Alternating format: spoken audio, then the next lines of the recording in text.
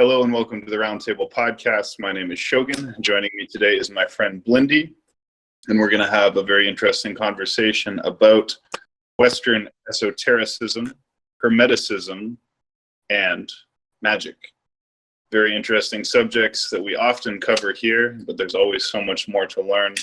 And I know that Blindi has a lot to teach us about this. Before we get started, make sure you've joined the Roundtable Discord server. We record every day, usually at 8 p.m. Central, one or more podcasts. You can find hundreds of great podcasts in the hashtag RT Podcast channel of the Roundtable Discord server.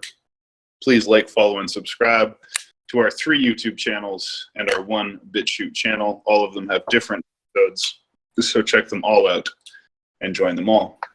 That being said, welcome, Mr. Blindi. How are you, my friend?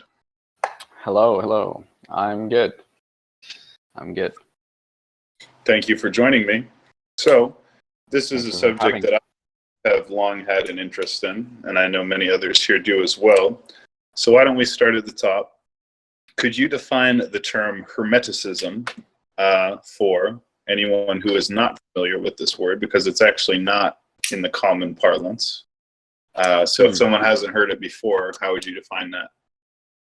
Okay, well, I could give the basic definition, first of all, obviously.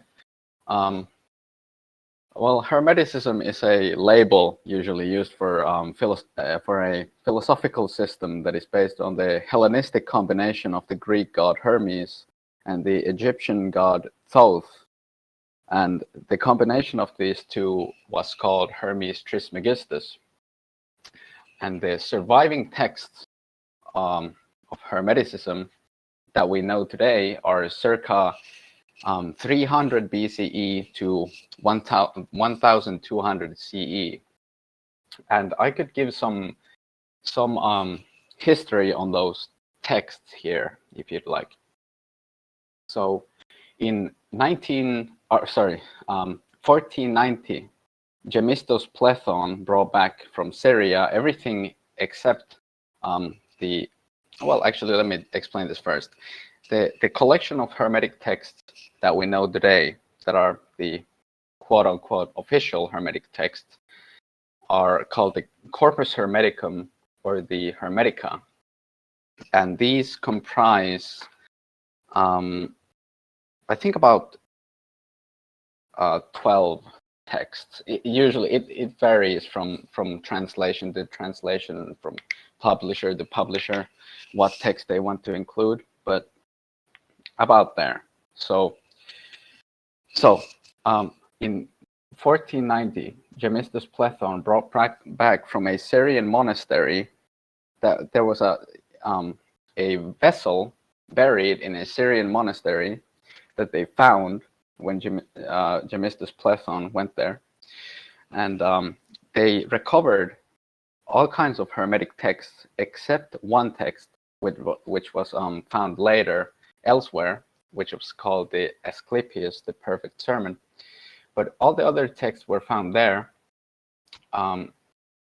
which they did not have before the Middle Ages, even though they were written about in the time of Jesus. And but there was one text in the Middle Ages one Hermetic text that they did have in the Middle Ages, which was quite different. Some people may not call it a Hermetic text, but there was one which was called the Picatrix, which was a magical grimoire. And if you don't know what a grimoire is, it is a like a kind of a magical guidebook. So it had kind of celestial magic spells and that sort of thing in it. But anyway, so Gemistos Plethon brought these texts back to Apuleius, a Roman teacher of rhetoric. And and also in the same Syrian monastery, Gemistos Plethon found texts of Plato that were not discovered before then. But when he brought these back, Cosimo de' Medici of Italy, had said that the Hermetic texts should be translated first by the translator was Marsilio Ficino, and Cosimo de Medici. I'm sorry, I'm very bad with Italian names. Cosimo de Medici said that the Hermetic texts should be translated first because he wanted to see them before he died, because he was dying very soon. So this kind of emphasizes, and well, I want to say that the Hermetic text translation was completed in 1494, and a year later, Cosimo de Medici died. So I think this so he never saw the Plato translations complete. So I think this emphasizes the importance of these Hermetic texts throughout time, that these very influential people in history were so invested in learning about this that they would put it over even Plato. I don't know if that's a good introduction. It's a fantastic introduction. So thank you for it. Now, esotericism has a somewhat related meaning to Hermeticism, but it is a separate concept and a separate word. So can you describe for the audience in the same way what esotericism refers to, and in specific, what defines Western esotericism? Okay. So obviously, esotericism isn't necessarily... Some people might get the wrong idea that it's the same thing as Hermeticism. Obviously, Hermeticism is a big part of it, at least in the New Age kind of esotericism, which, you know, many people have many differing opinions about, but mainly because of things like the Hermetic Order of the Golden Dawn. But anyway, Western esotericism, also known as esotericism, I mean, that's basically the main vein of it, Western esotericism, but and also sometimes known as the Western mystery tradition, is a term usually used by scholars to categorize a wide range of loosely related ideas and movements that developed within Western society.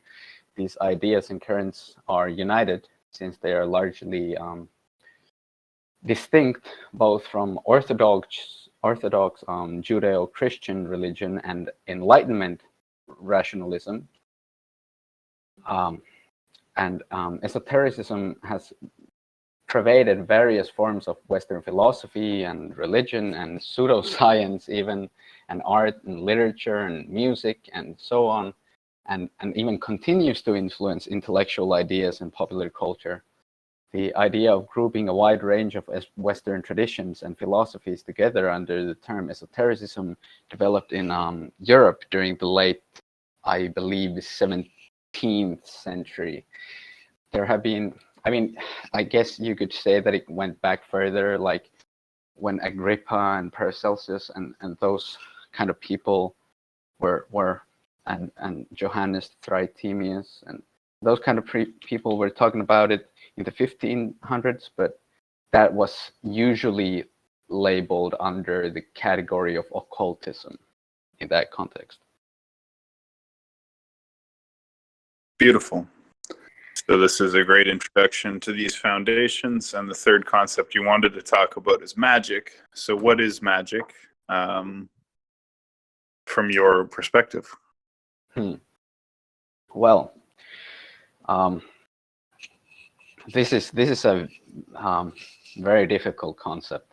I cannot give such a clear and detailed answer to this one, I believe, than the other ones, because magic can be viewed from all sorts of different angles. I mean, it is, by most even scholars, believe that modern, well, not modern magical tradition, but the magical tradition goes back as far as the Sumerian religions, which is very far back, and even in things like Hinduism and Zoroastrianism, there can be seen some magical magical things. I mean, this is very hard to talk about. I cannot really find even the right words to describe this, but basically magic.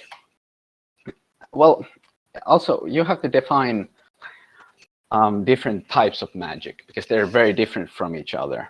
Obviously, magic is used to influence things. That is kind of the point of magic, as in the context that I'm talking about it in. But at least as I talked about before, Agrippa, who is a 15th century, he was a contemporary of Paracelsus, who is probably more well known. He's basically considered, Paracelsus is basically considered as the founder of modern medicine. So, but if you don't know who Agrippa is, his full name is Henry Cornelius Agrippa of Netezheim. He was a German occultist in the 1500s, and he wrote this book. Sorry, let me take a drink here. He was a German occultist who, in the 1500s, wrote a book called the Three Books of Occult Philosophy, right? And this is basically the foundation book for modern occultism, or kind of, some people call it the guidebook of modern magic and so forth. But in this book, he basically outlines three main how would you say it, varieties of magic. First is natural magic, then is celestial magic, and then is divine magic. Or, well, divine magic might be bringing up kind of weird ideas in people's heads nowadays, but it basically means the magic that is beyond just the constellations and the planets. But basically, if you have to define magic basically according to these three categories of magic. Well, I would say so. I would like to do that. Well, okay, I can talk about, for example, how I would define the first category, which is natural magic. And Agrippa also draws a lot from the 1400s natural magician and philosopher Pliny the Elder, I think is his full name, that you can search him up as. And basically the idea there is, well, it is basically the same idea what the Greeks called sympatheia. It is basically correspondence between certain things. And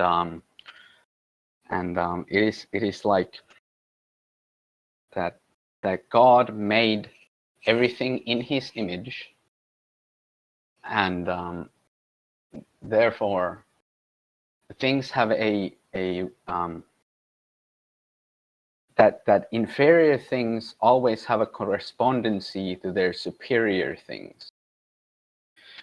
So by combining certain inferior things and performing some kind of magical ritual to them or some other way, you can draw down the virtues of the superior thing to earth.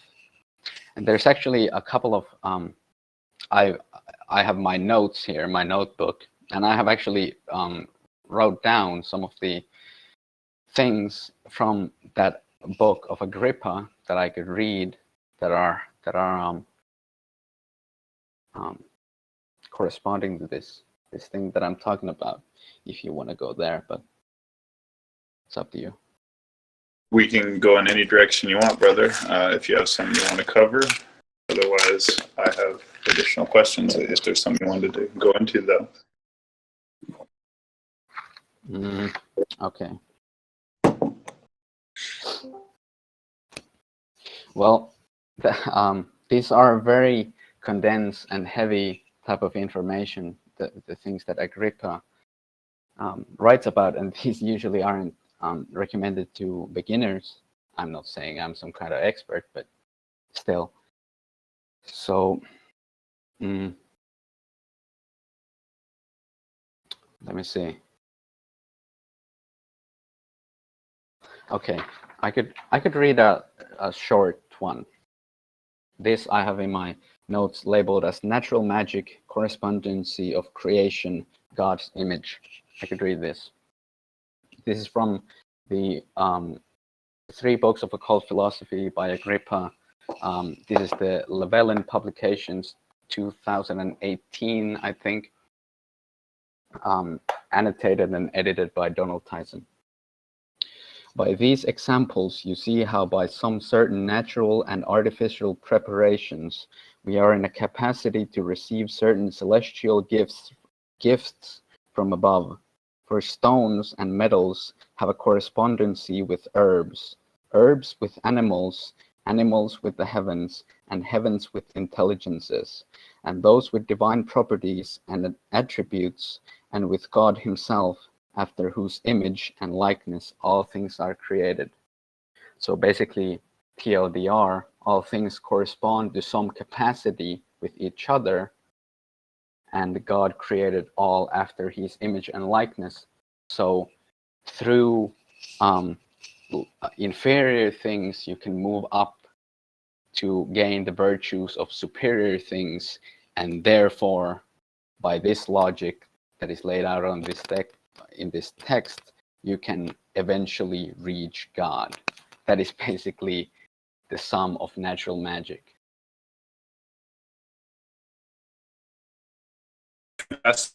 So before we get into open questions and response from the audience, which we want to do pretty soon, just want to see if you have a few comments from you on a few other topics. So do you have, you've been giving really good introductory descriptions. Can you give people a description of Kabbalah, just as they understand what that is? Kabbalah, your voice is kind of breaking up. Did you, introductory in Kabbalah, is that what you said? Right, am I still breaking up?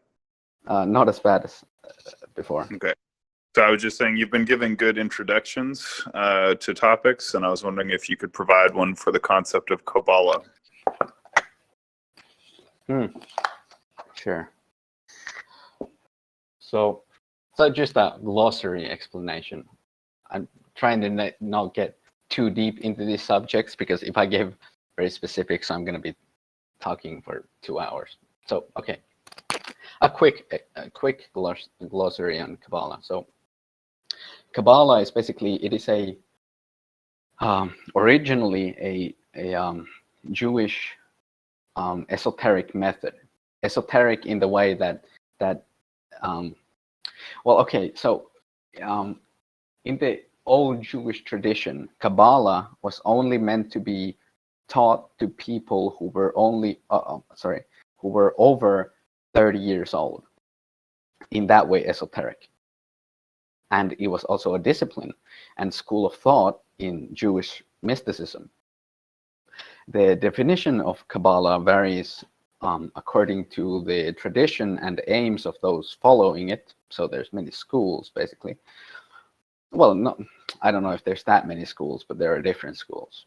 And from its religious origin as an integral part of Judaism to its latter adaptations in Western esotericism. So there's adaptations of it later into Western esotericism, and those spawned Christian Kabbalah and Hermetic Kabbalah, which the Hermetic version is spelled differently. It's spelled with a Q instead of a K, and it only has one B. I don't know if that has any significance, but anyway. And but those are somewhat different. Like, for example, I'm just going to gloss over this. I'm not going to explain it too thoroughly, but the Tree of Life, which is a very, very deep part of Kabbalah. The Hermetic Kabbalah usually includes Da'ath in below Kether, Binah, and Chokmah, and between Geburah and Chesed, which is a hidden Sephirah in the Jewish Kabbalah. So that's the difference. And I believe one of the first, in modern times, the first known Kabbalistic text that we know of is the Sefer Yetzirah, and that is of Jewish Kabbalah. and it also lays out the foundation of things like Gematria and such, which you have probably, well, maybe heard of in modern times, used in things like the Book of Revelation, on the number of the beast 666. How modern scholars have used Gematria to say that maybe the 666 means or translates to the Emperor Nero's name, and how he used required that every single piece of money used within Rome had to resemble his face or had to have his face on it, and that would, be the mark of the beast, and such as, whatever, and the 616 in the Latin text of the Bible, and that would by Latin Gematria be Nero, and so on. That is quick rundown on Kabbalah. I appreciate it, and that's excellent. And you did bring up Gematria, which was going to be my next one of my next questions. Do you want to explain any more about Gematria, what it is, how it works, what it means? Well, I don't know that much about Gematria, to be honest with you, but it is basically the fact that Hebrew and Greek and Latin letters had their each letter had a number that was associated with it. Like in Hebrew texts, numbers were written out with letters. So it basically, what Gematria is you're taking some letters, some sequence of letters, and then you're producing a number of them, and it usually goes as such that there's, for example, letters that correspond to 1, 2, 3. Let's just say that, and you take 1 plus 2 plus 3, which makes 6, and that is the number. Or if it goes over 10, if it's the how do you say it in English? That when you plus numbers together. Anyway, if the number goes over 10, like let's say it's 12, it's again 1 plus 2, so it's 3, and so on. Not always, but that's sometimes how it works. And then there's always, I believe there are English variant, like there are variants of Gematria for the English language, but I basically know nothing about that. I don't even know how they converted the system to that or anything like that. But yeah. No, that's fantastic. I mean, I think because there's two kinds of people, right? There's people like yourself, myself, or Chronic here, who have studied these topics quite a lot. Most people aren't really familiar with any of this, so I hope we, maybe can do more podcasts in the future, go deeper into things, but I think you're giving really good introductory 101s on this. So I'm going to continue with that and see, do you have any comments on alchemy? Could you explain at all what alchemy is from your understanding? Okay. Yeah. So basically, alchemy is a very complicated subject, in the sense that most people, even today, or I don't know why I'm saying even today, but most people believe that alchemy was just the mission to convert physical lead into physical gold, which is not the case at all. I mean, that was basically brought on in history, that misconception, by charlatans. See, there were charlatans that were selling people recipes and stuff in the times of the alchemists, like in the 1500s in Germany, for example, and they were charging people for these recipes. For these recipes of, I'll give you this recipe how to turn lead into gold and you will become rich. Pay me 15 whatever shekels, whatever it was, But those were charlatans. Those probably had their ears cut off, like Edward Kelly of John Dee. Those were those kind of people. But the real alchemical truths, or the real alchemists, the reason that they weren't widely known about, or their methods weren't widely known about, was because it was at the same time there were going, the witch trials were going on, right? Like, for example, for the what is it called? The Malleus Maleficarum, the usually translated into English as the Hammer of the Witches, which was written by a Catholic clergyman, Heinrich Kramer, in 1486, which was basically a guide for witches to do magic, and a lot of women were prosecuted on that and burned at the stake or hung, right? So that's why the actual alchemists, well, I'm saying actual because they actually were practicing the tradition that came down from the Middle East. The alchemy was actually started in the Middle East, and then some Europeans got hold of it, right? And they started practicing it. And they didn't want to be discovered because the Catholic Church would try them for heresy and burn them at the stake. So, but what is the actual thing that they were doing? They were doing a spiritual practice. They were, for example, turning lead into gold. It didn't mean actually that.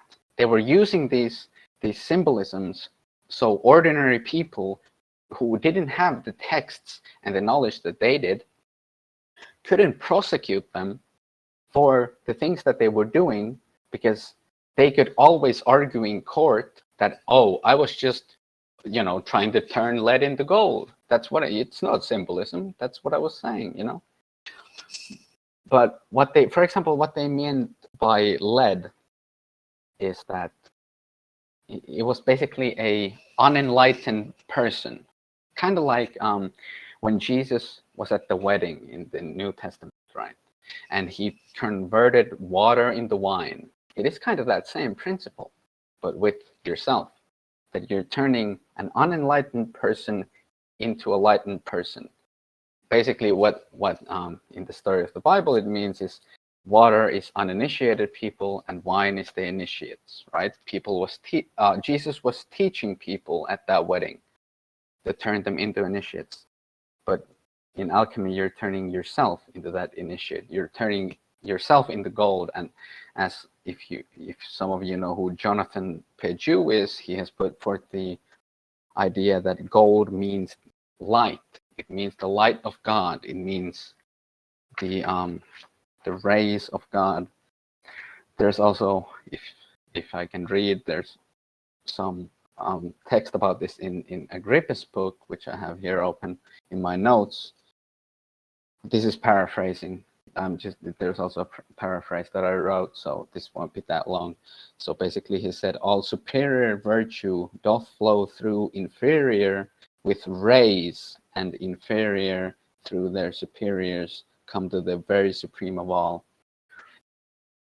Anyway, the rays of light would be gold in alchemy. And there's so many of these things like sulfur and mercury and salt. I believe, like, for example, this salt. Salt, mercury, and sulfur are the three parts of the human in alchemy, for example. And I believe the salt comes from the story of Sodom and Gomorrah in the first book of Moses, where Lot's wife turns back to look at the city, and she turns into light because she's being emotional about the destruction of the city. And the salt basically means to be too concerned with the material, and so on and so on. The mercury means the intellect, and there's also some interesting things I could talk about that. Do we have enough time, Shogun? Can I keep talking? We have all the time in the world, basically, my friend. So keep going. This is great. I don't want to bore you guys out, but But No, basically, if you're this is great material, man. You're laying down the 101s on stuff that a lot of people don't know. So the more of this you get out, the more you're giving a head start to people who want to go down this road, learn about this stuff. okay, well, if you want to put it that way, okay. So I was talking about salt in alchemy, and the three parts of the human was salt, sulfur, and mercury. So mercury, that was salt. Then there's mercury, which is the intellect. I'm going to clarify, actually, salt basically means, if you want to put it in one word, it basically means the material body. That's two words, but whatever. And mercury means basically the intellect. It is said the intellect, but it's not really the same thing as modern person would think of as the intellect. It is basically the thing that is looking through your eyes, right? You are not your eyes. You're not the picture you're seeing through your eyes. You're the one that is looking at the picture that is produced by your eyes. Do you understand? And that is basically what is said as to, or the symbolism of, or I mean that. Sorry, which way should I say this? Mercury is the symbolism of that. That is what I mean. So, and the alchemists, this is how they laid that down without giving too much away. It's basically, if you take liquid mercury, you all probably know what mercury is, right? The element of mercury, the liquid metal, very heavy. You put it in a glass, right? You put liquid mercury into a glass, and it reflects everything from the surface. It reflects everything that is around it, right? And then you pour it on the table or on the floor or wherever you want. You pour it down on some surface, and it will divide into beads. It will divide into small beads.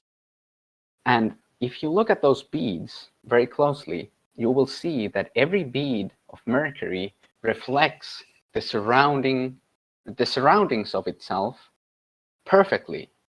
So basically, what these alchemists meant by that is that when you're looking in yourself at the thing that is seeing the pictures that your eyes create, if you try to look at it really hard, you will never see what that is.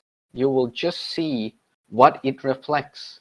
You will only see the images that your senses make. You will only see the smells and the sounds and the visions, but you will not actually ever see the thing that is experiencing those things. So you will never actually see the mercury. You will just see the things that are reflecting it.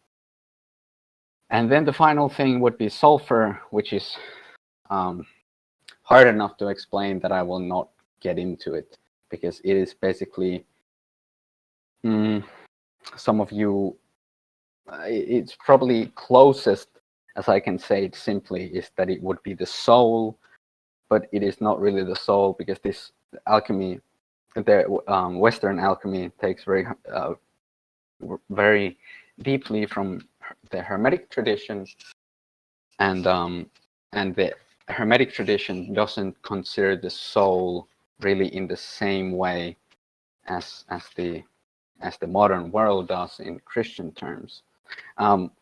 Well, here in my notes I have a very short passage from the Corpus Hermeticum. This is from Poimandres, which is the very first book of the Corpus Hermeticum. This is Poimandres 34, and it says, "And man was made of life and light in the soul and mind, of life the soul, of light the mind." So if you consider that long enough, maybe you'll get it, but I don't want to get it too deep into that. Okay. Fantastic. So did you have something else you were about to get into, or? No, not really. So before we open up for audience participation, I want to ask you one more round of questions. We've now, well, actually, there's one more thing I'm going to pick your brain on here. Do you have anything to say about astrology? Okay. Astrology. Could you specify? Well, basically, I'm just going through what I consider to be the core parts of the Western esoteric tradition, which I identify as being basically Kabbalah, Gematria, magic, astrology, alchemy. Those are basically the parts that I consider core to Western esotericism. And we've talked about them all except for astrology. I don't really specialize in astrology myself. I don't know very much about it. I thought maybe you have studied it and you might be able to give people a 101 on it in the same way you have these other topics. Well, astrology is one of those things.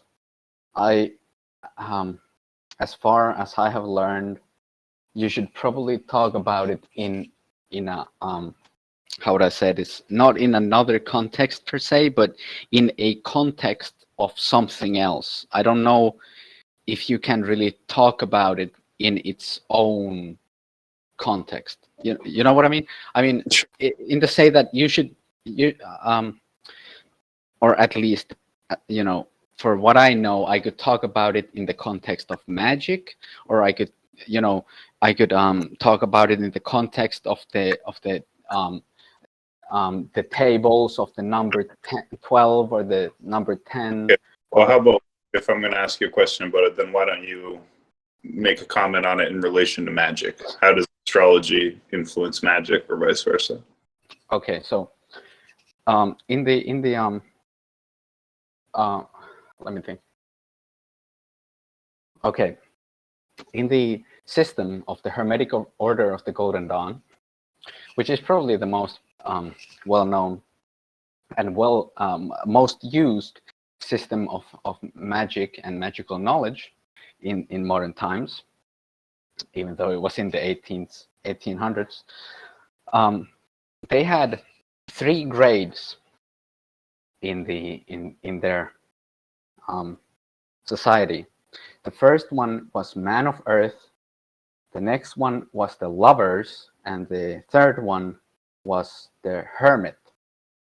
Now, the first stage, they would teach you about the elements, the 4 elements that are talked about in alchemy, I think they even went into the 4 Kabbalistic worlds of the Tree of Life. I mean, I could talk about those if you want briefly. Absolutely. So basically, the 4 worlds of the Tree of Life. The Tree of Life is obviously the Kabbalistic, Jewish Kabbalistic, or any Kabbalistic round point. And if you want to search for the diagram, it is a diagram. You can search Kabbalistic Tree of Life, because if you just search Tree of Life, you will go to some New Age fucking Tumblr bullshit. But so basically, the 4 worlds of the Tree of Life is that it is labeled into Jewish terms and into the 4 elements terms. So the first one is water, and the Jewish term is Atziluth. The second one is water, and the Jewish term is Briah, and the third is air and Yetzirah, and the last one is earth and Asaya. And the last one, as in earth, is the bottom one, and fire is the top one. I probably explained that very badly, but anyway. So the very top of the Tree of Life, Kether, is the most abstract part of it, and that corresponds to fire, which is Atziluth. And it is said that one's ego has to die to experience Kether. Maybe even cannot be experienced, can only be being. So that is the very highest part of the Tree of Life. And then the next one lower than that is Binah and Hokmah, which is starting to come into the realm of conception, which would be water or Briah, which is basically impressions, conceptualization, the realm where we go, where we go from not being aware to being aware, and the potential of actualization, basically. And then the below that is Geburah, Hesed, Tiferet, Hod, Netzach, Yesod, which is basically coming into intellectual existence, which is air, and Yetzirah, which is basically imagination, inner experience, intellect, emotion, devotion, mercy, severity. I mean, I don't know if it's really severity because well, maybe the pillar of severity if you know the Tree of Life, but anyway. And then the last one is Malkuth, which is the realm of manifestation, which is basically the realm of anything that is manifested to you through your senses or whatever, and that is Earth and Asaya, and includes all of the. And yes, this is actually a very good point. The lowest sephira of the Tree of Life includes all of the upper ones. So when you go down through it, like Binah and Hokmah include Kether, and so on, and the very bottom one includes all the ones above it. I don't know if that's helpful. And also, if you want to go even deeper into this, all of these spheres, what I was saying the name of, all of these are fractal. So every single, they're called sephira. Every single sephira contains all of these 4 worlds in it as well. But obviously, I'm not going to go there because I've taken up so much time, and I don't even remember what more, to be honest with you. That's fine. This is all great stuff. So there's one more round of questions I'd like to go over with you here. And I keep saying that. But I know you know quite a bit about Aleister Crowley and some of the various secret societies and hermetic occult societies that he founded or was involved in. So if you still have some time and some energy, can you first just give us a few words on Aleister Crowley and his significance in this whole scenario? Well, yes, I can. I don't actually know that much about Aleister Crowley, but I actually remember now we were talking about astrology, and that's what you wanted answers for. I'm sorry I skipped that question. I can go back to that if you want, but now what do you want to do? Do you want to talk about Aleister Crowley or? Your call, brother. Use zig or use zag. We'll go with you. Okay, I'll say something about this astrology real quick if you want to go on. So by astrology, yeah, I just said about magic, what I was talking about. So basically, magical societies use these. The first level is the elements, and then the next level is the constellations or the zodiac, and then the final third level is the divine magic, if you want to call it that. But I also kind of wanted to say, because that is kind of boring, right? That doesn't really tell you anything about astrology. The one point I wanted to talk about in that Agrippa usually references, and also, you know, Abramelin and all those reference. I have a table of the number of the scale of the number 12 from the Agrippa's 3 books of occult philosophy open in front of me, and it has, obviously, because there's, I mean, I assume that you were talking about astrology in the terms of the zodiac and constellations. It has, obviously, because it's the scale of the number 12, there's the 12 zodiacs, and this is basically a table for all the correspondences of these zodiacs. So that is basically what the zodiac is, or astrology is. It is correspondences between things and working with the virtues and the powers and the gifts of these zodiacs. So, you know, I can so basically there's 2 things there's actually many things, but there's 2 things I could explain to you. Or actually 3. There's 12 orders of the blessed spirit, which is basically the 12 orders of the angels, or there's 12 angels ruling over the signs, or there's the 12 apostles that are associated with the zodiac signs. So I can go over one of those if you want, you know, but you can choose whatever. Absolutely. Please do. Now, which one do you want? Which of the zodiac signs? No, it's all the zodiac signs, but I can tell you each correspondence of the zodiac sign to something, and it can be one of the orders of the angels. It can be one of the angels that are ruling over the signs, or the one of the 12 apostles. Which one do you want? Sure. Well, I'll say Gemini because I'm a Gemini, and then please give me any correspondence of that you can. Oh, well, that's Okay. Range. Okay. Yeah. Gemini. So basically, Gemini is associated with, from the 12 apostles, it's associated with Simon. Of the ruling angels, it would be Ambriel, and of the 12 orders of the angels, it would be the thrones, or also called, I can't remember, sorry. It's basically the one below Seraphim. Anyway, so that is how astrology works. You look at the correspondences, well, in the infancy of it, you look at the correspondences of these things, and then there's obviously others like plants and stones and things that you can do natural magic with that correspond to different zodiac signs and all of this. So that's basically it.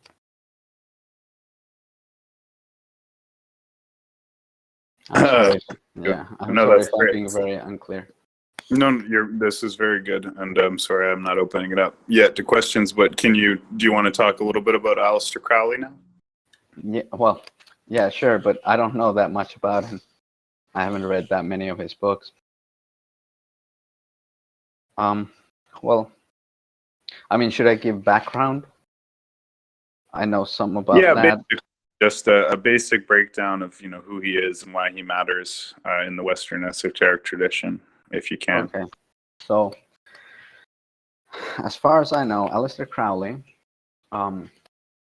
he was associated with the Freemasons first, I believe, and I think that is how he became acquainted with Samuel Little MacGregor Mathers, I believe, who then, with another guy whose name I can't remember, created the Hermetic Order of the Golden Dawn, and then they invited Crowley on board, and a number of other people, like A.E. Waite, who is the creator of the Rider-Waite tarot deck, the most popular tarot deck, and also for example, the creator of Sherlock Holmes. I can't remember what that guy's name is, but the creator of the Sherlock Holmes series was also in the order and such. And they basically tried to recreate, I believe, some ancient magical rituals. Like, for example, they skimmed through the book of Abramelin and brought the ritual, which actually lasts 6 months, into their program to attain knowledge and conversation with the Holy Guardian Angel. And then they also put the Tree of Life into this, where they associated with that move of attaining the knowledge and conversation of the Holy Guardian Angel with the move from Hesed to Binah through the hidden Sephirah of Daath, and they called Daath, or well, not really called, but they associated Daath with the abyss. So they said that you need to cross the abyss to attain or basically the crossing of the abyss was attaining the knowledge and conversation with the Holy Guardian Angel. And if you read the book of Abramelin, you know what that's all about. And it's because it went from Hesed to Binah because of the path of the flaming sword. And the path of the flaming sword in Jewish Kabbalah is basically the path of, it's called the path of creation. It's kind of like a zigzag pattern. You can look it up on Google if you want to see what that looks like. So they basically went back up through the path of the flaming sword, and it goes through Binach, where there's no Sephira, and they call that the abyss, and blah blah blah. And basically, Aleister Crowley, in the like not that long before the Golden Dawn disbanded, supposedly did that. He attained the knowledge and conversation with his holy guardian angel, and he became the grade of Ipsissimus. And in the order, there was a rule that once you reach the grade of Ipsissimus, you must not mention that to anyone, right? But Crowley, being the guy that he was, kind of crazy, he went and told fucking everyone that he was supposedly now Ipsissimus, and that soured the relations in the order. And then there was also many other things, and then it fragmented, right? And one of these fragments of the Golden Dawn was Stella Matutina, which Crowley joined with his now secretary, Israel Regardi. And they went, they spent some time in the order, right? And then at one point, well, actually, before this, Crowley also joined the OTO, the Ordo Templi Orientis, which was another magical secret society created by Freemasons. Or, I mean, not by Freemasons, but by people who were Freemasons. I don't know why I felt the need to add that, and became a part of that. And then he was also part of Stella Matutina. And then Stella Matutina, I think, broke up, or something happened there that Israel Regardi and Aleister Crowley were kicked out, or they left or something. And then Israel Regardi published a book called The Golden Dawn, where he released to the public the grade papers of the orders, right? So basically, the things that when you went through the degrees of the order, you would be given grade papers that would explain all the rituals you were to do, and blah blah blah, and what you need to know. And yeah, so he published those, and he basically went out of favor with the other people. And well, he titled it the Golden Dawn, and most people still today think that those are the Golden Dawn grade papers, but they are actually not. They're the grade papers of the Stella Matutina, which is the, child of Golden Dawn, basically. So we don't actually know if those have anything to do with the original Golden Dawn rituals. But anyway. And then when Crowley was in the OTO, the Ordo Templi Orientis, he then, after that, went on to create Thelema, which I believe was inspired by the steel of revelation to him and his wife in Egypt. And he created Thelema, and then he created the founding text of Thelema with a spiritual guide, I guess he called it, called Iwas, who gave him instructions for the Book of Law, Book of the Law, which you may have heard about, where I think that's where he came up with the term of I'm not gonna even try to repeat it because I'm gonna say some word wrong. It's basically the 93/93 thing, right? And yeah, then he basically did a lot of cocaine and sex rituals and died. I don't know, something like that. Well, that's great. So you've covered a lot now. You've covered Hermeticism, Esotericism, Alchemy, Kabbalah, Gematria, Aleister Crowley, and magic. So I can't realistically ask you for much more. So we're now going to open it up to the audience. If anyone has any questions, comments for Mr. Blindi, now's your chance. Do you know what Aleister Crowley's dying words were? No, I don't. The last thing he said before he stopped breathing and died is he said, "I am perplexed." I didn't know that. Now you do. Yeah, now I do. Actually, yeah, I'm not sure if I didn't know that. Maybe I didn't recognize those words, but I had a feeling like I may have heard his last words before. I don't know. Anyway, I didn't remember those. That's all. I don't know what that means though. I'm perplexed.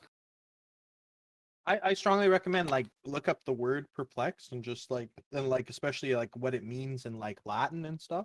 There's actually a lot of depth. Like you can almost turn anything into like an esoteric dive. It all really depends on how you take it, right? Yeah, that's true. Maybe yeah, I'll look into that, sure. I still, probably shouldn't interpret dead man's last words that deeply. I don't know. I think they were wise last words, to be honest. I mean, they're interesting last words. I don't know that we can know what they mean without asking him. But does anyone else have a question for Mr. Blindi? Comment or question going once? Twice and thrice. Okay, well, fantastic, Blindi. That was excellent introduction. We could even call this like Hermetic primer or primer on Hermeticism or something. I think if someone had not been exposed to this information before and found this podcast, they would have a pretty head start on understanding a lot of this stuff. So you've done a good contribution here, and if you ever want to come back on, I'm sure we could dive into at least two more podcasts and go a little bit deeper on some of this stuff. But thank you for your time, my friend. Yeah, sure. Yeah, we could go a little bit deeper into this podcast. I felt like this was most like introduction to all of these topics, but that's probably going to help a lot of some people at least who don't know much about this stuff. That's just it. It's like for every person we have who might be pretty advanced in this, there's probably 10 people who are brand new to it. So I really wanted to get your introductory content out there. And if you're free sometime, we'll do an intermediate. We could even do beginner, intermediate, advanced, initiate, neophyte, adept, and magus or whatever. Make it into a series. That'd be cool. Yeah, that sounds great, man. All right. Well, thank you so much, Blindi. Good job. Appreciate your time and your information. Thank you to the live audience for attending, and thank you to Rafi for recording and uploading to our great new YouTube channel. Make sure you like, follow, subscribe to the YouTube channel and all our other channels and hashtag RT Podcast. Tune in tomorrow at 8 p.m. for a great podcast coming up with Mr. El Santua Frisunel, which is going to be about the, I quote, 100th dimensional being, a non-physical negative type 4 technology with a vast array of applications. I'm sure you're as curious about that as I am. So, Roundtable Discord server, where it all happens. Thank you, Blindi. Thank you, everybody. Let's jump up to the other chat and continue our discussions in Roundtable. Right. Thank you.